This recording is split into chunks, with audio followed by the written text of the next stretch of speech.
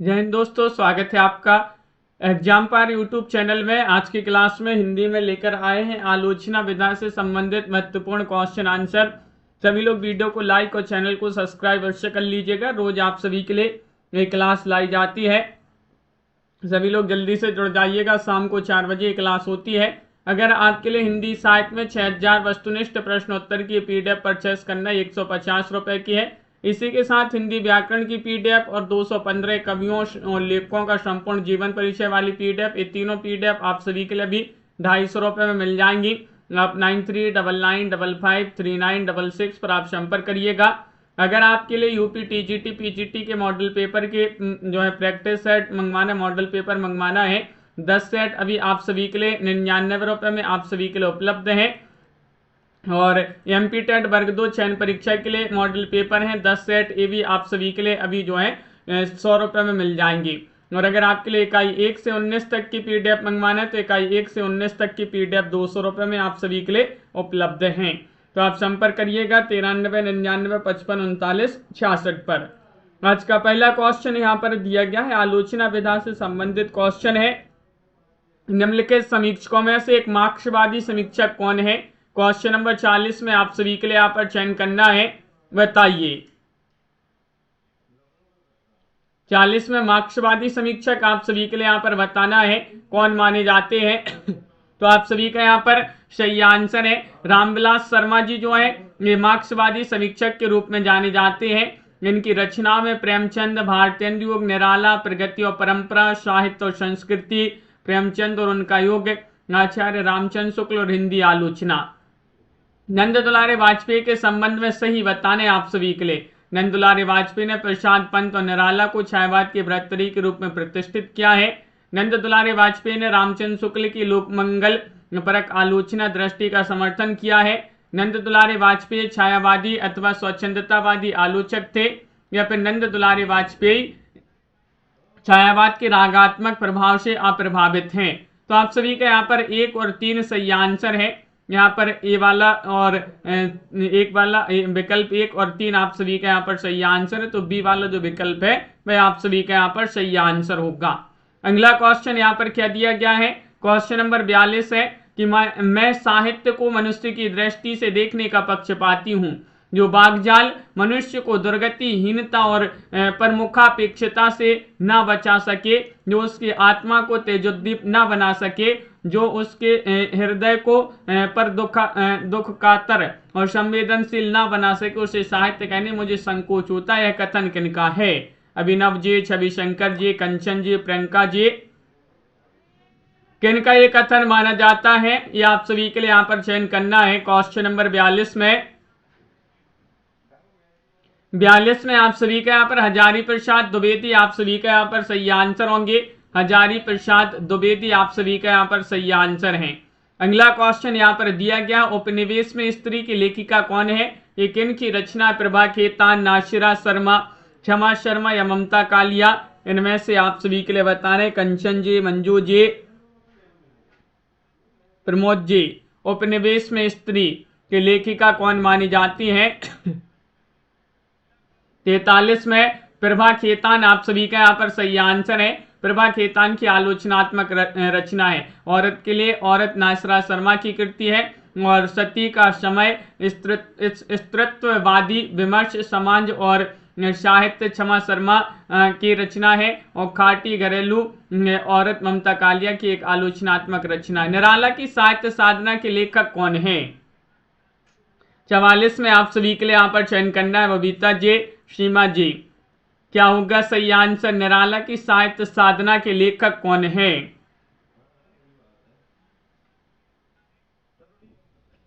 तो आप सभी के यहाँ पर रामविलास शर्मा सही आंसर होंगे। निराला की साहित्य साधना 3 भागों में है। रामविलास शर्मा इसके लेखक हैं। रामविलास शर्मा द्वारा रचित और भी रचना महावीर प्रसाद द्विवेदी और हिंदी नवजागरण, नई कविता और अस्तित्ववाद, हिंदी जाति का साहित्य, भारतीय सौंदर्य बोध और तुलसीदास इन्हीं की रचनाएं हैं। महिला रचनाकार की कृतियां अपनी संवेदनशीलता, तार्किकता और तेवर में बेहद पठनीय होते हुए भी आलोचना के ठंडेपन की शिकार है। यह कथन किसका है? 45 में आप सभी के लिए पारुल जी क्या होगा सही आंसर ये बताना है। एक कथन जो दिया गया है मृणाल पांडे, अनामिका, ममता कालिया, प्रभा खेतान, इनमें से चयन करना है। तो आप सभी का यहाँ पर सही आंसर ये कथन ममता कालिया जो है उन्हीं का ये कथन माना जाता है। सी वाला विकल्प आपका सही आंसर है। इनके द्वारा रचित रचना छुटकारा, एक अदद औरत, उसका यौवन, सीट नंबर 6, जांच अभी जारी है, प्रतिदिन, मुखौटा, नई सदी की पहचान आदि। साहित्य लोचन के लेखक कौन माने जाते हैं? 46 में आप सभी के लिए यहाँ पर चयन करना है। साहित्य लोचन किन की रचना है? साहित्य लोचन के लेखक कौन माने जाते हैं? 46वां क्वेश्चन यहाँ पर दिया गया है और आप सभी का यहाँ पर सही आंसर एनबी जे, प्रियंका जे। बी वाला विकल्प आप सभी का यहाँ पर सही आंसर होगा। श्याम सुंदर दास जी जो है उन्हीं की रचना है साहित्य लोचन। विकल्प नंबर 2 आप सभी का यहाँ पर सही आंसर होगा। क्वेश्चन नंबर 47 यहाँ पर दिया गया है कि निर्मला जैन की कृति कथा समय में तीन हम सफर हैं। कौन कौन है तीन हम सफर? इनमें से बताइए। हर्षन जी, मनोज जी। निर्मला जैन की कृति कथा समय में तीन हम सफर में तीन हम सफर कौन कौन है? ये आप सभी के लिए यहाँ पर चयन करना है। क्वेश्चन नंबर 47 में आप सभी का यहाँ पर सही आंसर है कृष्णा सोबती, मन्नू भंडारी और उषा प्रियंवदा। ये वाला विकल्प आप सभी का यहाँ पर सही आंसर है। ये वाला विकल्प जिन्होंने भी यहाँ पर चयन किया है उनका यहाँ पर सही आंसर। निर्मला जैन की अन्य रचनाएं हैं आधुनिक हिंदी काव्य में रूप विधाएं, रस सिद्धांत और सौंदर्य शास्त्र, हिंदी आलोचना की 20वीं सदी आदि। क्वेश्चन नंबर 48 है मलिक यहाँ पर बताना है कि मिस्र बंधुओं द्वारा लिखित हिंदू नवरत्न में इनमें से किस कवि को स्थान नहीं मिला है? सूरदास जी, गोस्वामी तुलसीदास जी, मलिक मोहम्मद जायसी, केशवदास जी। 48 में बताना है क्या होगा आप सभी का यहाँ पर सही आंसर। मिस्र बंधुओं ने हिंदी नवरत्न एक महत्वपूर्ण आलोचनात्मक रचना लिखी 1910, इसका प्रकाशन माना जाता है। इसमें मलिक मोहम्मद जायसी को स्थान नहीं मिला है। जायसी आपका सही आंसर और सन 1910 में मिस्र बंधुओं ने प्रसिद्ध आलोचना ग्रंथ हिंदी नवरत्न की रचना की है। इसमें किन कवियों को जो है स्थान मिला है? गोस्वामी तुलसीदास, सूरदास, देव बिहारी लाल और त्रिपाठी बंधु, भूषण और मतीराम, महाकवि केशवदास, कबीरदास, चंद्रवरदाई, भारतेंदु हरिश्चंद्र को जो है इसमें स्थान मिला। हिंदी नवरत्न में मिस्र बंधुओं ने सर्वप्रथम देवबड़े की बिहारी विवाद को प्रारंभ किया। इन्होंने देव को श्रेष्ठ बताते हुए तुलसी और सूर्य के समकक्ष स्थान दिया मिस्र बंधुओं ने। अगला क्वेश्चन यहाँ पर दिया है कामायनी एक पुनर्विचार कृति का प्रकाशन आप सभी के लिए यहाँ पर बताना है। बताइएगा क्या होगा। कामायनी एक पुनर्विचार 49वां क्वेश्चन है। स्वानी जी, संजू जी, आप सभी का यहाँ पर सही आंसर है 1961। आप सभी का यहाँ पर सही आंसर सी वाला जो विकल्प है 1961 वह आपका सही आंसर है। गजानन माधव मुक्तिबोध की रचना है। इन्होंने नई कविता का आत्मसंघर्ष तथा अन्य निबंध, नए साहित्य का सौंदर्य शास्त्र महत्वपूर्ण रचनाएं इन्होंने लिखी हैं। अगला क्वेश्चन यहाँ पर क्या दिया गया है देखते हैं। यहाँ पर क्वेश्चन नंबर आप सभी का यहाँ पर देखिएगा यहाँ पर क्या है।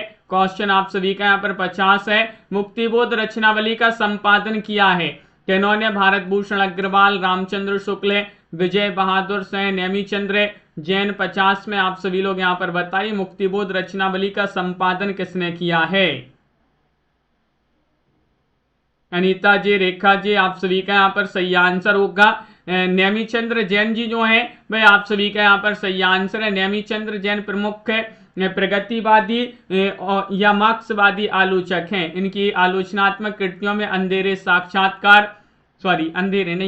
साक्षात्कार, रंग दर्शन, बदलते परिप्रेक्ष्य, जनांतिक, भारतीय नाट्य परंपरा, रंग कर्म की भाषा, तीसरा पाठ, दृश्य आदृश्य इनकी रचनाएं हैं।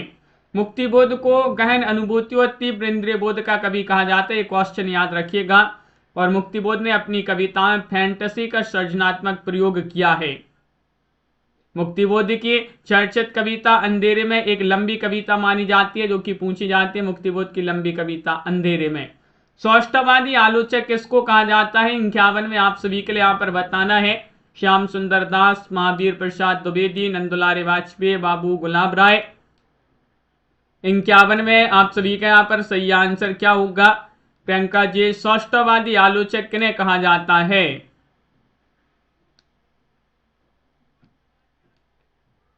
और आप सभी का सही आंसर रविंद्र जी, नंद दुलारे वाजपेयी जी जो है ये सौष्ठववादी या स्वच्छंदतावादी या समन्वयशील आलोचक कहा जाता है इनके लिए। और नंद दुलारे वाजपेयी ने सर्वप्रथम छायावाद को मानवीय और सांस्कृतिक प्रेरणा के रूप में व्याख्यात किया है। क्वेश्चन नंबर आप सभी का यहाँ पर 52 दिया गया है। यहाँ पर कृतियों को उनके रचनाकारों के साथ सम्मिलित करना है। यहाँ पर कुछ रचनाएं दी गई हैं, जैसे कि नई कविता के प्रतिमान। नई कविता के प्रतिमान की रचनाकार कौन है? ये लक्ष्मीकांत वर्मा की रचना है। कविता के नए प्रतिमान ये जो है नामवर सिंह की रचना है। नए साहित्य नए प्रश्न नंद दुलारे वाजपेयी और नए साहित्य का सौंदर्य शास्त्र मुक्तिबोध। इस प्रकार यहाँ पर सम्मिलित किए गए हैं। कूट आप सभी के यहाँ पर दिए गए थे, देखिएगा यहाँ पर इनमें से आपका जो सही आंसर है वह डी वाला विकल्प सही आंसर होगा। अगला क्वेश्चन यहाँ पर दिया गया है, रंग दर्शन के रचनाकार कौन माने जाते हैं? रंग दर्शन किनकी रचना है? 53 में सही आंसर चयन करिएगा। प्रमोद जी, क्या होगा सही आंसर?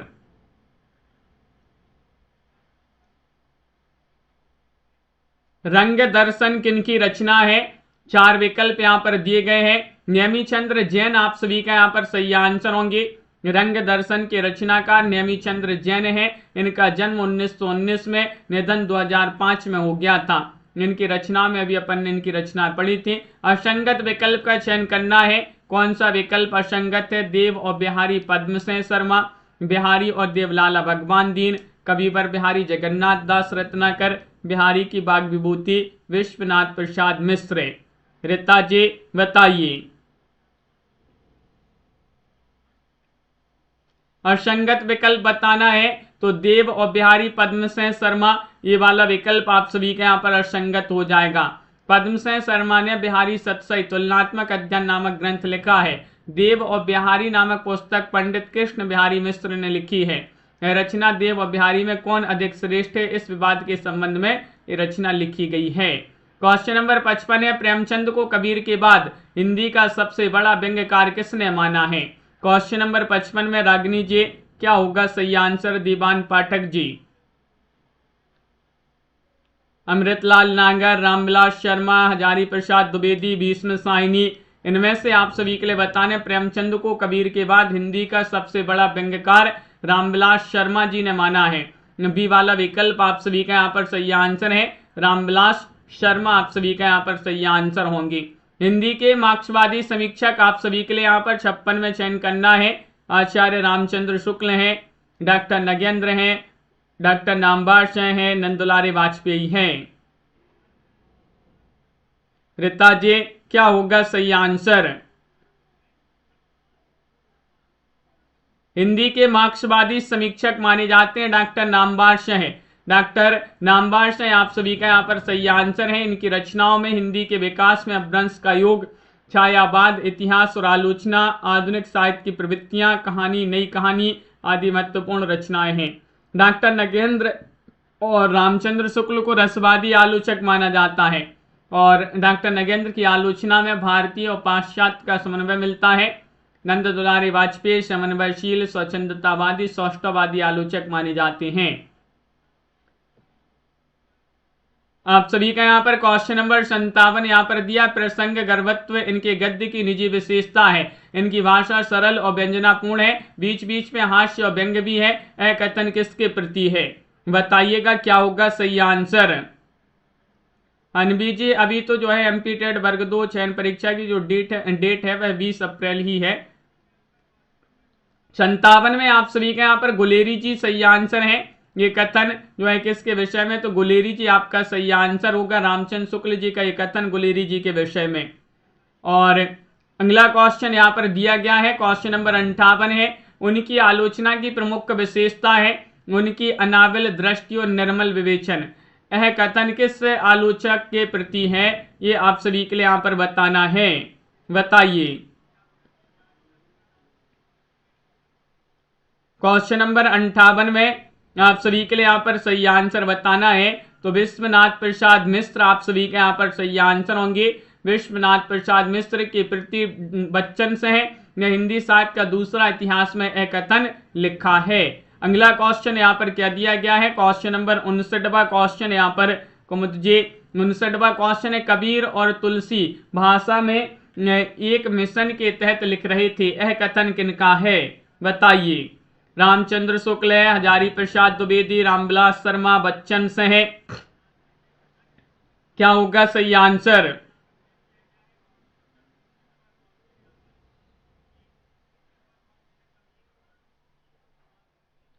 तो सही आंसर है बच्चन से है, आप सभी का यहाँ पर सही आंसर है बच्चन से, आपका यहाँ पर सही आंसर है। देखिए गोस्वामी तुलसीदास और कबीर के संदर्भ में विद्वानों के कथन है, रामचंद्र शुक्ल कहते हैं गोस्वामी के प्रादुर्भाव को हिंदी काव्य के क्षेत्र में एक चमत्कार समझना चाहिए। तो बच्चन से है, कबीर का सौंदर्य बोध अपारंपरिक और यथार्थवादी था, उनके लिए पृथक सौंदर्य शास्त्र का निर्माण करना पड़ेगा। तो श्याम सुंदर दास कहते हैं कि रहस्यवादी कवियों में कबीर का आसन सबसे ऊंचा है, शुद्ध रहस्यवाद केवल उन्हीं का है। तो हजारी प्रसाद द्विवेदी जी भी कहते हैं आज तक हिंदी में ऐसा जबरदस्त व्यंग्य लेखक नहीं हुआ है।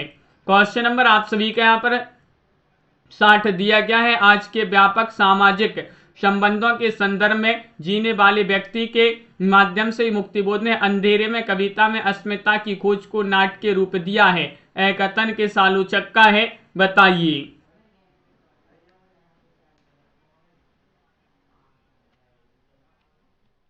एक कथन माना जाता है, नामवाश है जो है वह आप सभी का यहाँ पर सही आंसर होंगे, ए वाला विकल्प आप सभी का यहाँ पर सही आंसर है। पूजा जी, दीपक जी जो है नामवाश है, उन्हीं का ये कथन माना जाता है।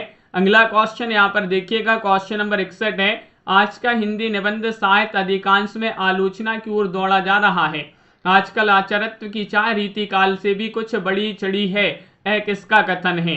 क्वेश्चन नंबर 61 में किनका कथन माना जाता है, 61 में आप सभी लोग यहाँ पर चयन करिएगा, क्वेश्चन महत्वपूर्ण है। दिशु जी और आप सभी का यहाँ पर सही आंसर है बाबू गुलाब राय जी जो है उन्हीं का ये कथन माना जाता है, बी वाला विकल्प आप सभी का यहाँ पर सही आंसर है, बाबू गुलाब राय आप सभी का यहाँ पर सही आंसर है। निम्नलिखित में से किसे भारतेंदुकालीन आलोचक नहीं कहा जा सकता है, किन्हें नहीं कहा जा सकता है, क्वेश्चन नंबर 67 में आप सभी लोग बताइए कौन सा विकल्प आप सभी का यहाँ पर सही आंसर है 67 में। तो आप सभी का यहाँ पर श्याम सुंदर दास आप सभी का यहाँ पर सही आंसर है, श्याम सुंदर दास। यहाँ पर कुछ क्वेश्चन छूट गए, 5-6 क्वेश्चन, श्याम सुंदर दास आपका सही आंसर है।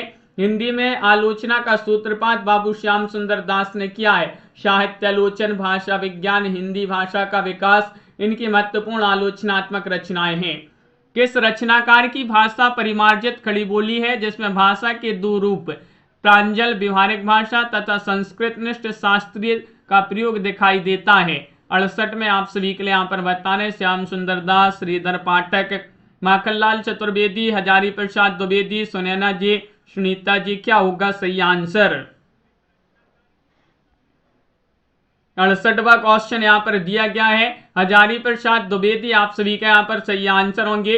हजारी प्रसाद द्विवेदी जिन्होंने भी चयन किया उनका सही आंसर होगा। मुक्तिबोध की प्रतिबंधित पुस्तक का क्या नाम था, क्वेश्चन नंबर 69 में। नई कविता का आत्मसंघर्ष तथा अन्य निबंध है, नए साहित्य का सौंदर्य शास्त्र, सतह से उठता आदमी, भारत इतिहास और संस्कृति। अविनाश जी, क्या होगा सही आंसर। संजय जी, मुक्तिबोध की प्रतिबंधित पुस्तक का नाम है भारत इतिहास और संस्कृति। ये पुस्तक आपने पढ़ी होगी, मुक्तिबोध की पुस्तक है जिसको प्रतिबंधित किया गया था। इनकी और भी प्रमुख रचना नए साहित्य का सौंदर्य शास्त्र, कामायनी एक पुनर्विचार, नई कविता का आत्मसंघर्ष, एक साहित्यिक की डायरी। अगला क्वेश्चन है, रामचंद्र शुक्ल, आचार्य रामचंद्र शुक्ल और हिंदी आलोचना किसने लिखी है इस रचना को बताइए। इसके रचनाकार आपके लिए बताना है, रामविलास शर्मा, नरेश मेहता, राहुल सांकृत्यायन, अज्ञे।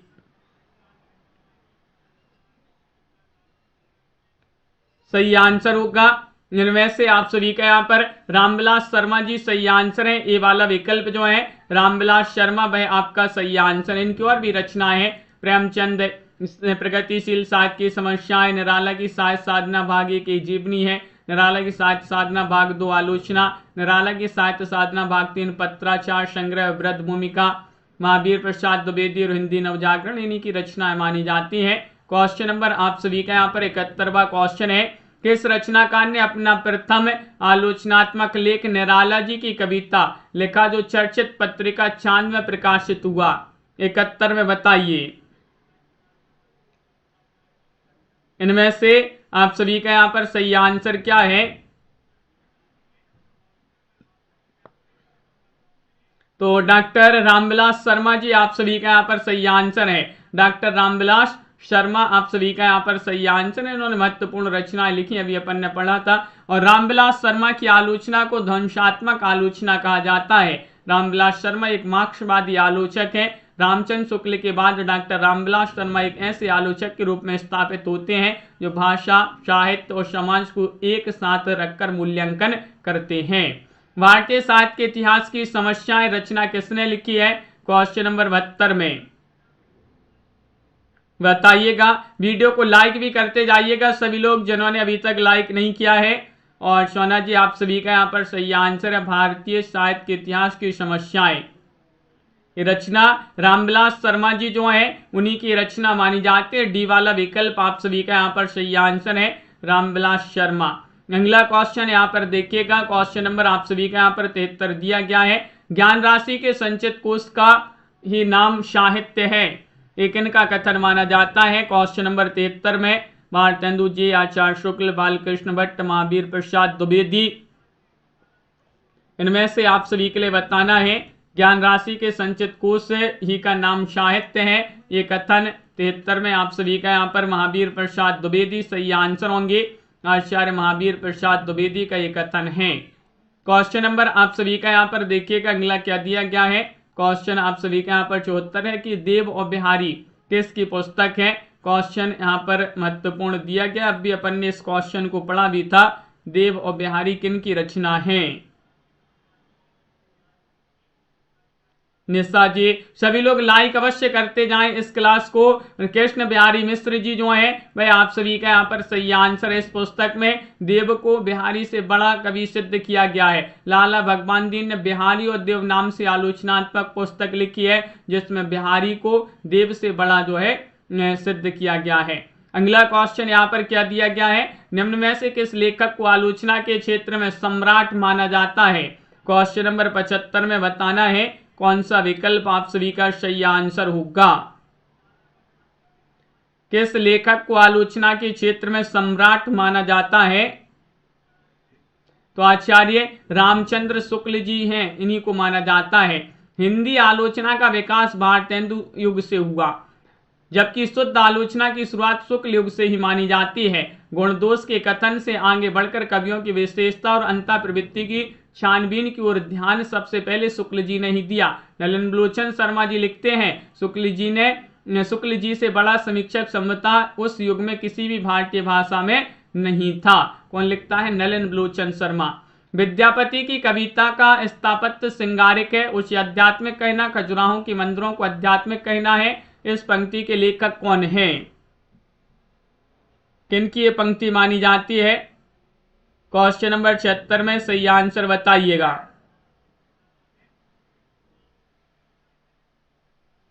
76 में आप सभी का यहाँ पर डॉक्टर बच्चन से जो है उन्हीं का ये कथन माना जाता है, उन्हीं की ये पंक्तियां हैं डॉक्टर बच्चन से। इन्होंने विद्यापति को जातीय कवि कहा है और इनके द्वारा रचित प्रमुख ग्रंथ आधुनिक हिंदी साहित्य का इतिहास, हिंदी साहित्य का दूसरा इतिहास, ये बच्चन से जो है उन्हीं के ग्रंथ माने जाते हैं। क्वेश्चन नंबर आप सभी के यहाँ पर 77, इसमें कोई संदेह नहीं है कि कबीर को राम नाम रामानंद से प्राप्त हुआ, पर आगे चल के कबीर के राम रामानंद के राम से भिन्न हो गए। यह कथन किनका है? क्वेश्चन नंबर 77 में सही आंसर बताइए।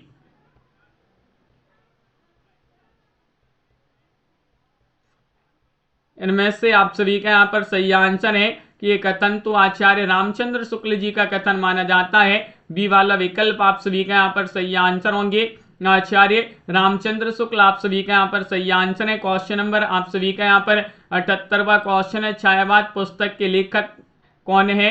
इनमें से आप सभी के लिए 78 में बताना है रमेश चंद्र साय हैं, डॉक्टर देवराज हैं, नामवर सिंह हैं, नंद दुलारे वाजपेयी हैं। कौन माने जाते हैं छायावाद पुस्तक के लेखक? मालती जी, कनक जी।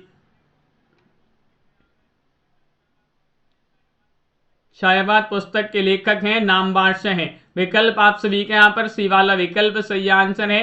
नामवर सिंह आपका सही आंसर है। इन्होंने महत्वपूर्ण रचनाएं लिखी हैं जैसे कि हिंदी के विकास में अपभ्रंश का योग, इतिहास और आलोचना, कहानी नई कहानी, कविता के नए प्रतिमान, दूसरी परंपरा की खोज, वाद वाद संवाद, आलोचना के मुख से, ये रचनाएं इन्होंने ही लिखी हैं। डॉक्टर नगेंद्र ने छायावाद के संबंध में कहा है छायावाद उस राष्ट्रीय जागरण की काव्यात्मक अभिव्यक्ति है जो एक ओर पुरानी रूढ़ियों से मुक्ति चाहता था और दूसरी ओर विदेशी पराधीनता से।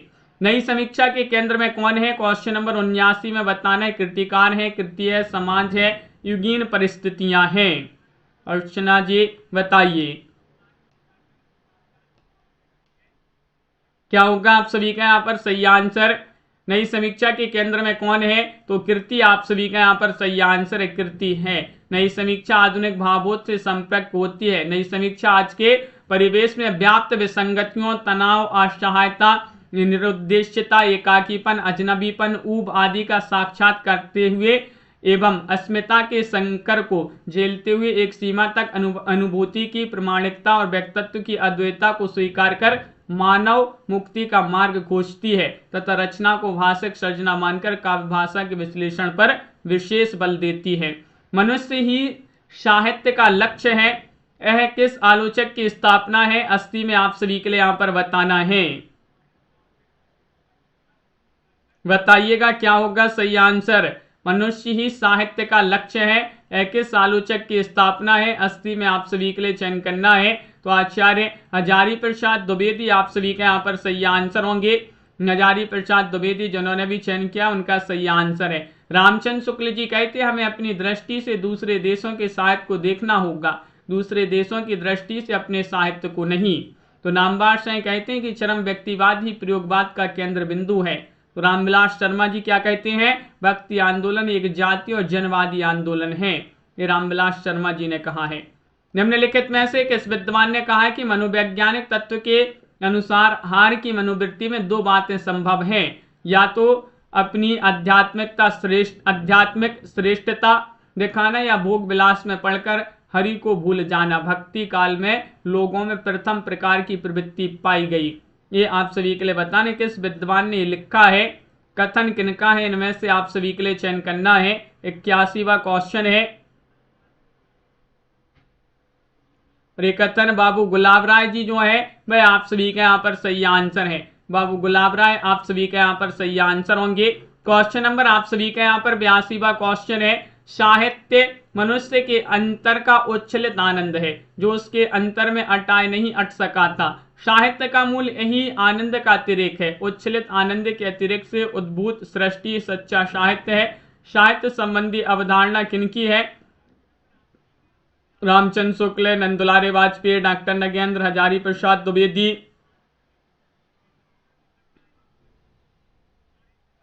तो आप सभी का यहाँ पर सही आंसर है मंजू जी, मेधा जी, रागनी जी, कनक जी, दीपक जी। हजारी प्रसाद द्विवेदी आप सभी का यहाँ पर सही आंसर होंगे। हजारी प्रसाद द्विवेदी जो है ऐतिहासिक सांस्कृतिक चेतना संपन्न मानवतावादी आलोचक हैं। द्विवेदी जी को चिन्हमुखी मानवता के अन्वेषक के रूप में जाना जाता है। और हजारी प्रसाद द्विवेदी की रचना में सूर साहित्य, हिंदी साहित्य की भूमिका, हिंदी साहित्य का आदिकाल, कबीर आदि। और शुक्ल ने आलोचना के क्षेत्र में वृद्धों का सामंजस्य सिद्धांत का प्रवर्तन किया है। मनोज जी क्वेश्चन आप सभी का यहाँ पर क्या दिया गया है देखिएगा। 83वां क्वेश्चन है कि अंतःकरण की वृत्तियों के चित्र का नाम कविता है, कहकर कविता की परिभाषा देने वाले आचार्य कौन हैं? 83 में वह आचार्य आप सभी के लिए यहाँ पर बताना है।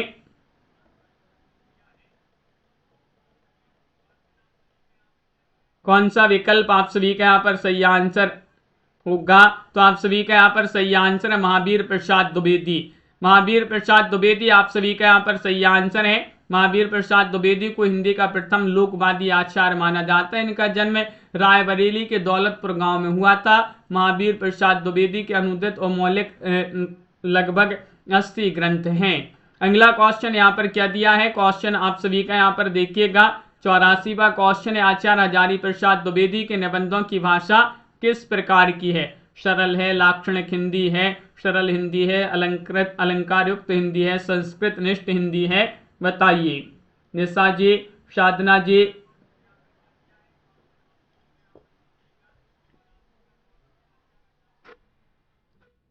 आप सभी का यहाँ पर संस्कृत निष्ठ हिंदी होगा सही आंसर। डी वाला विकल्प आपका यहाँ पर सही आंसर है, संस्कृत निष्ठ हिंदी। उन्होंने भाव विषय के अनुसार भाषा का प्रयोग किया है। उनकी भाषा के दो रूप दिखाई पड़ते हैं, प्रांजल व्यवहारिक भाषा और संस्कृत निष्ठ शास्त्रीय भाषा। अगला क्वेश्चन यहाँ पर क्या दिया गया है, शुद्ध कविता की खोज के रचनाकार कौन माने जाते हैं? 85 में बताइए। शुद्ध कविता की खोज किनकी रचना है? इनमें से आप सभी के लिए चयन करना है। पूजा जी, अविनाश जी, मंजू जी, दिनकर जी जो है रामधारी से दिनकर, उन्हीं की रचना है। इन्होंने हुंकार, कुरुक्षेत्र, धूप छाए, धूप और धुआं, रश्मि रति, उर्वशी, हारे को हरिनाम, परशुराम की प्रतीक्षा, ये रचनाएं लिखी हैं। इन्होंने अन्य आलोचनाएं कृतियों में काव्य की भूमिका, पंत प्रसाद और मैथिली शरण गुप्त दिनकर की रचना है। हिंदी में स्त्री विमर्श की अवधारणा को चर्चा में लाने का श्रेय किस कथाकार को दिया जाता है? तृप्ति जी, वह कथाकार आप सभी के लिए यहाँ पर चयन करना है। कौन से वह कथाकार हैं, बताइए। 86वां क्वेश्चन यहाँ पर मनोज जी दिया गया है। स्वीटी जी, आप सभी का यहाँ पर 86 में राजेंद्र यादव सही आंसर होंगे।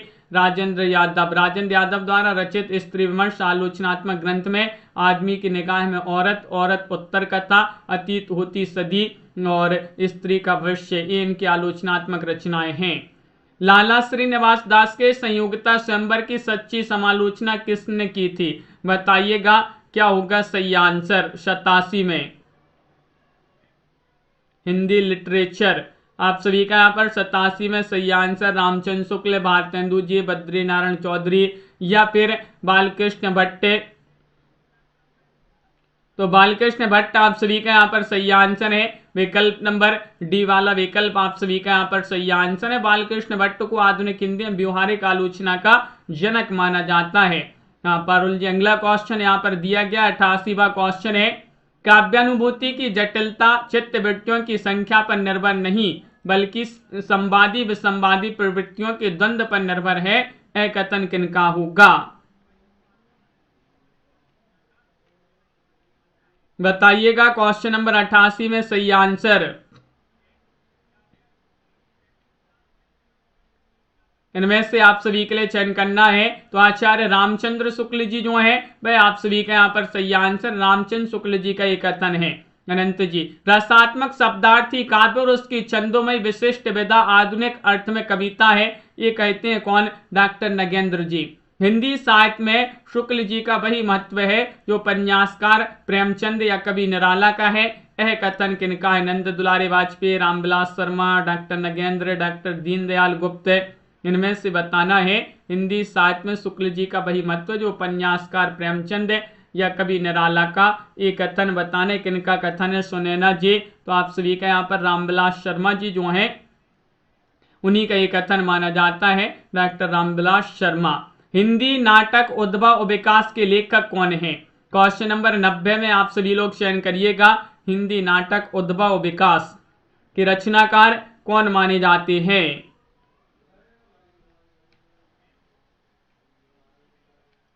नब्बे में आप सभी का यहाँ पर डॉक्टर दशरथ ओझा आप सभी का यहाँ पर सही आंसर है। डॉक्टर दशरथ ओझा की रचना और भी है प्राचीन भाषा नाटक, प्रगति और प्रभाव इत्यादि रचनाएं इन्हीं की मानी जाती हैं, दशरथ ओझा जी की।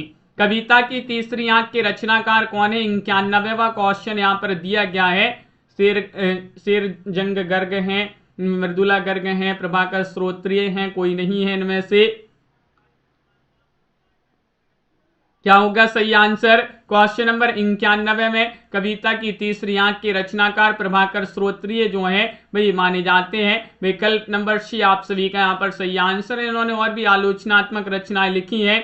जैसे कि कालयत्री है कविता, संवाद रचना एक यातना है, अतीत के हंस, मैथिली शरण गुप्त, जयशंकर प्रसाद की प्रासंगिकता, शमशेर बहादुर से मैं चलूं कीर्ति सी आगे आगे आदि।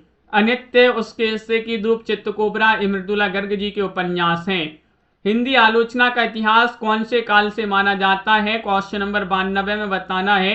भक्ति काल, आदिकाल, वीरगाथा काल या फिर आधुनिक काल से। मंजू जी आप सभी का यहाँ पर सही आंसर, मनोज जी क्या होगा ये बताना है। आधुनिक हिंदी आलोचना का इतिहास आधुनिक काल से माना जाता है। डी वाला विकल्प आप सभी का यहाँ पर सही आंसर। हिंदी आलोचना की शुरुआत 19वीं सदी के उत्तरार्ध में भारतेंदु युग से मानी जाती है। भारतेंदु द्वारा रचित नाटक आधुनिक हिंदी साहित्य की प्रथम सैद्धांतिक आलोचना मानी जाती है, नाटक। अगला क्वेश्चन यहाँ पर क्या दिया है? रस सिद्धांत निम्नलिखित में से किनकी रचना है? क्वेश्चन नंबर 93 में रामविलास शर्मा, हजारी प्रसाद द्विवेदी, रामचंद्र शुक्ल, डॉक्टर नगेंद्र। रस सिद्धांत एक आलोचनात्मक रचना है। डॉक्टर नगेंद्र जी जो है उन्हीं की रचना मानी जाती है। इन्होंने सुमित्रानंदन पंत, साकेत एक अध्ययन, रीति काव्य की भूमिका, काव्य में उदात्त तत्व, चेतना के बिंब, भारतीय सौंदर्य शास्त्र की भूमिका, देव और उनकी कविता, राम की शक्ति पूजा, निराला की कालजयी कृति इत्यादि ये रचनाएं इन्हीं की मानी जाती हैं। नगेंद्र जी के बीजक, कबीर के बीजक पर रची गई त्रज्या टीका किसकी है? क्वेश्चन नंबर 94 में आप सभी के लिए यहाँ पर बताना है। बताइए। बबीता जी, अविनाश जी, सुनैना जी, कंचन जी। कबीर के बीजक पर रची गई त्रज्या टीका किसकी है? 94 में पूरन दास आप सभी का यहाँ पर सही आंसर होंगे। पूरन दास आपका यहाँ पर सही आंसर है। क्वेश्चन नंबर 95 है कि इनमें से आपके लिए बताने किस ग्रंथ के लेखक रामविलास शर्मा नहीं है? भाषा और समाज, नई कविता और अस्तित्ववाद, भारत में अंग्रेजी राज और मार्क्सवाद, कविता के नए प्रतिमान। 95 में आप सभी के लिए यहाँ पर चयन करना है।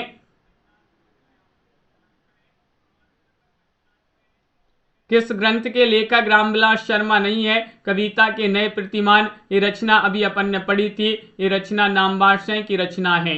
इन्होंने और भी रचनाएं, कहानी, नई कहानी, दूसरी परंपरा की खोज, महत्वपूर्ण रचनाएं लिखी हैं। बाकी जो रचनाएं दी गई हैं वह रामविलास शर्मा जी की रचना है। अंतःकरण की वृत्तियों के चित्र का नाम कविता है, ये किसने कहा है? 96 में सही आंसर बताइएगा। डीके जी, दीपक जी।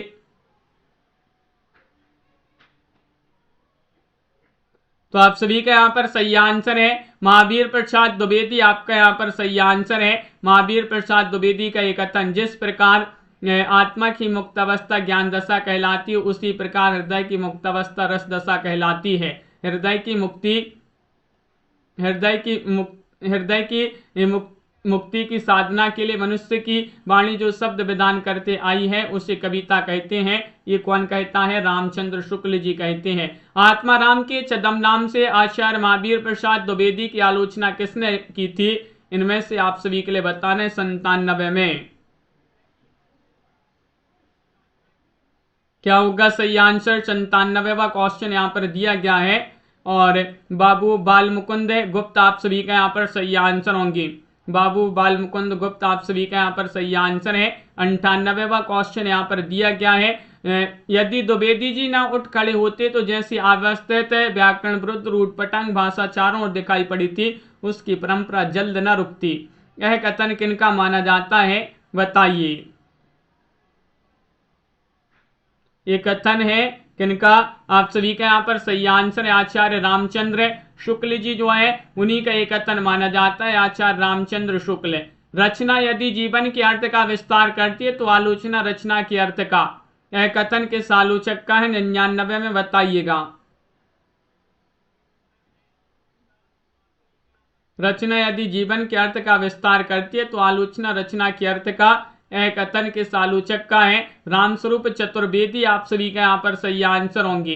रामस्वरूप चतुर्वेदी जी जो है उन्हीं का ये कथन माना जाता है। नई समीक्षा, नए संदर्भ किन की आलोचनात्मक रचना है? 16वां क्वेश्चन यहाँ पर दिया गया है। नंदकिशोर आचार्य, रमेश कुंतल मेघ, डॉक्टर नगेंद्र या रामविलास शर्मा जी।